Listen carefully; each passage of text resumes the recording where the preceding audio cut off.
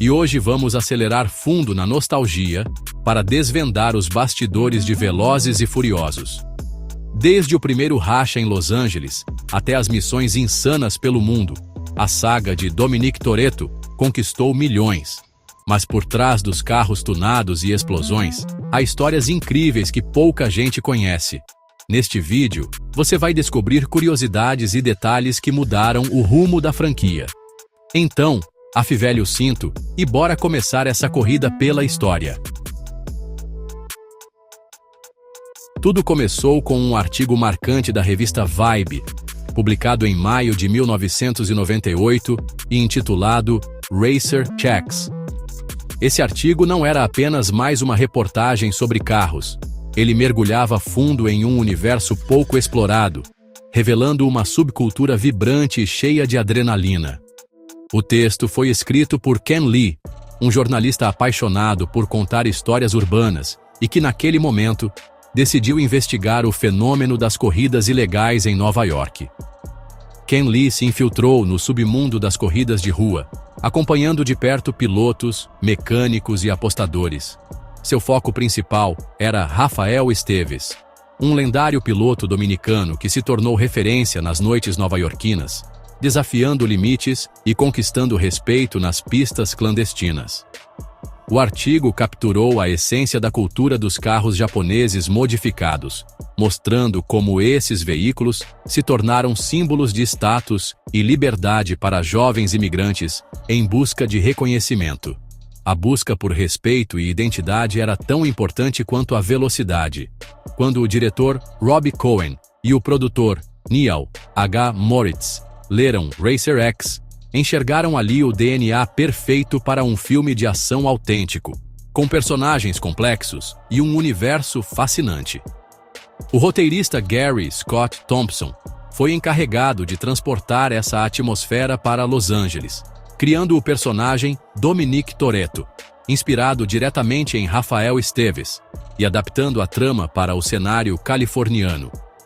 Para dar ainda mais emoção, a história ganhou uma trama policial, com Brian O'Connor, um policial infiltrado no mundo das corridas, trazendo o elemento de suspense e perigo que faltava. Sem o artigo Racer X, é provável que Velozes e Furiosos nunca tivesse existido.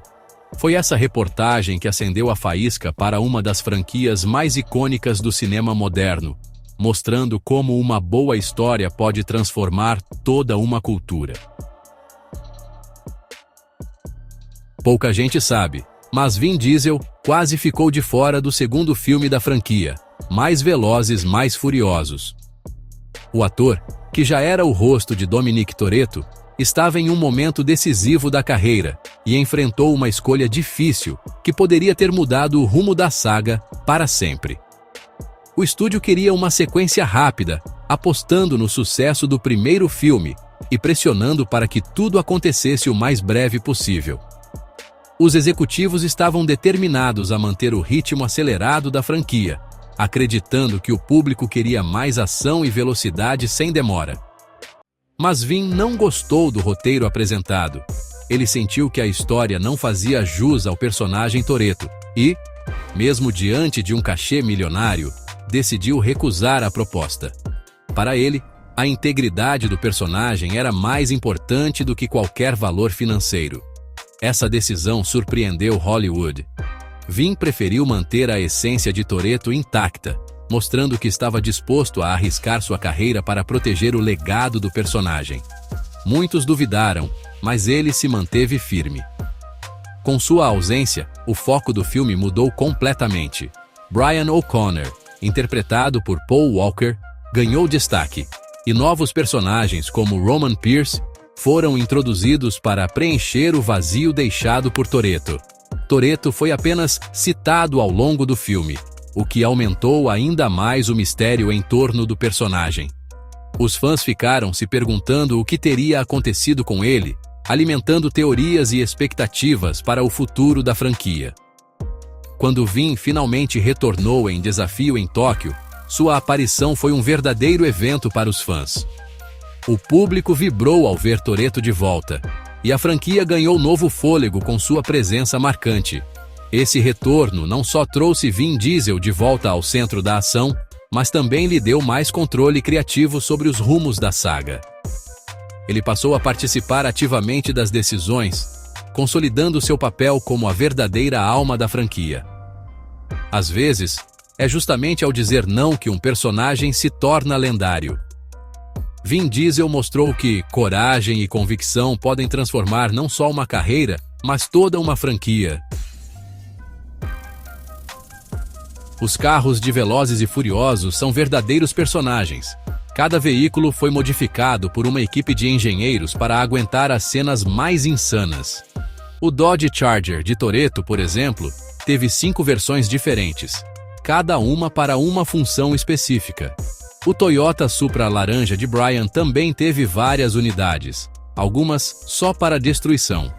Dennis McCarthy liderou a equipe que garantiu visual, segurança e performance. Muitas vezes, o motor era falso, mas o visual era tudo. O realismo dos carros é o que faz a franquia ser tão autêntica. Paul Walker não era só ator, era apaixonado por carros de verdade. Ele colecionava, pilotava e até ajudava a escolher os carros do Brian nos filmes. O Skyline GT-R azul virou marca registrada graças a ele. Paul fazia várias manobras simples, trazendo autenticidade às cenas. Sua paixão virou legado, inspirando fãs e a própria franquia. O filme quase se chamou Red Line, referência ao limite do motor. Mas a equipe queria um nome mais impactante. The Fast and the Furious já existia, de um filme B dos anos 50. A Universal negociou os direitos com Roger Corman, trocando por imagens de arquivo. O novo título capturou perfeitamente a energia do filme.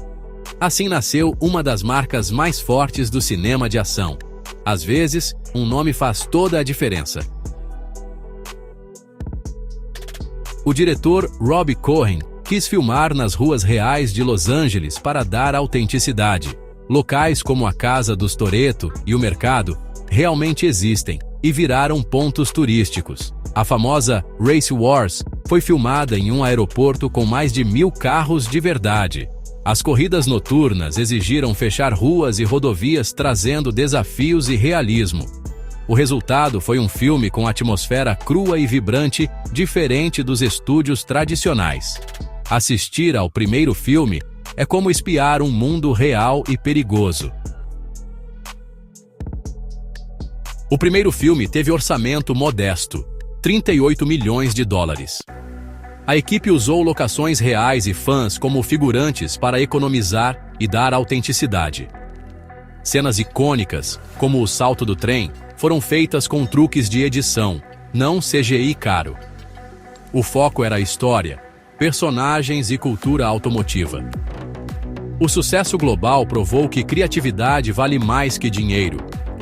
Às vezes, paixão e engenhosidade são o verdadeiro combustível de um blockbuster. Ninguém esperava que Velozes e Furiosos explodisse nas bilheteiras em 2001. O filme transcendeu o nicho dos gearheads, conquistando fãs pelo mundo. A diversidade do elenco e a história de família e lealdade ampliaram o apelo. A cultura dos carros tunados virou fenômeno global, influenciando moda e mercado. O sucesso imediato garantiu sequências e transformou o filme em franquia. O primeiro não foi planejado como saga, mas virou um fenômeno cultural. De corridas de rua à espionagem global, a franquia evoluiu junto com o público. Paul Walker, Vin Diesel e outros atores fizeram um treinamento intensivo de pilotagem. Eles realizaram várias cenas de direção, trazendo realismo às corridas. Paul, especialmente, era habilidoso e fazia questão de pilotar sempre que possível. As manobras mais perigosas ficaram para os dublês, mas a mistura de atores e ação real fez diferença. Essa autenticidade ajudou a criar cenas de ação inesquecíveis. A morte de Paul Walker em 2013 abalou profundamente não só a franquia Velozes e Furiosos, mas também milhões de fãs ao redor do mundo. Sua ausência foi sentida em cada cena, em cada momento, e deixou um vazio difícil de preencher. Paul era mais do que um ator. Ele era o coração da equipe, alguém que inspirava todos ao seu redor com sua generosidade, humildade e paixão pelas corridas e pelo cinema. Diante dessa perda, a equipe decidiu terminar Velozes e Furiosos 7 como uma grande homenagem a Paul. Utilizaram tecnologia de CGI e contaram com a ajuda de seus irmãos Caleb e Cody, como dublês de corpo, para dar vida ao personagem Brian O'Connor e garantir que sua presença fosse sentida até o fim do filme. O processo foi delicado e emocionante para todos os envolvidos. A despedida de Brian O'Connor, ao som de See You Again, tornou-se um dos momentos mais emocionantes e inesquecíveis do cinema moderno. A cena final, com os carros se separando ao pôr do sol, simbolizou não apenas a despedida do personagem, mas também a celebração da amizade e do legado de Paul Walker. Na história, Brian não morreu, mas se aposentou para viver com sua família, uma escolha feita para honrar a memória de Paul e preservar seu legado. Assim, o personagem pôde continuar existindo no universo da franquia, como uma lembrança viva do ator e do amigo que todos amavam.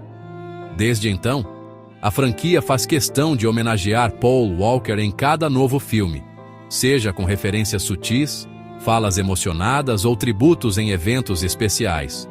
O elenco e os fãs mantêm viva a memória de Paul, celebrando sua importância para a saga e para todos que conviveram com ele. A ideia de família, sempre presente nos filmes, ganhou ainda mais significado após sua partida.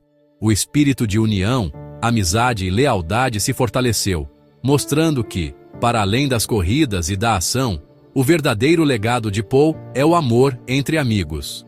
Paul Walker segue sendo uma parte fundamental da saga, acelerando nos corações dos fãs e inspirando novas gerações. Seu legado é eterno, e sua presença será sempre sentida em cada curva, cada desafio e cada vitória da família Velozes e Furiosos. Chegamos ao fim dessa viagem pelos bastidores de Velozes e Furiosos. Qual curiosidade mais te surpreendeu? Comenta aqui embaixo.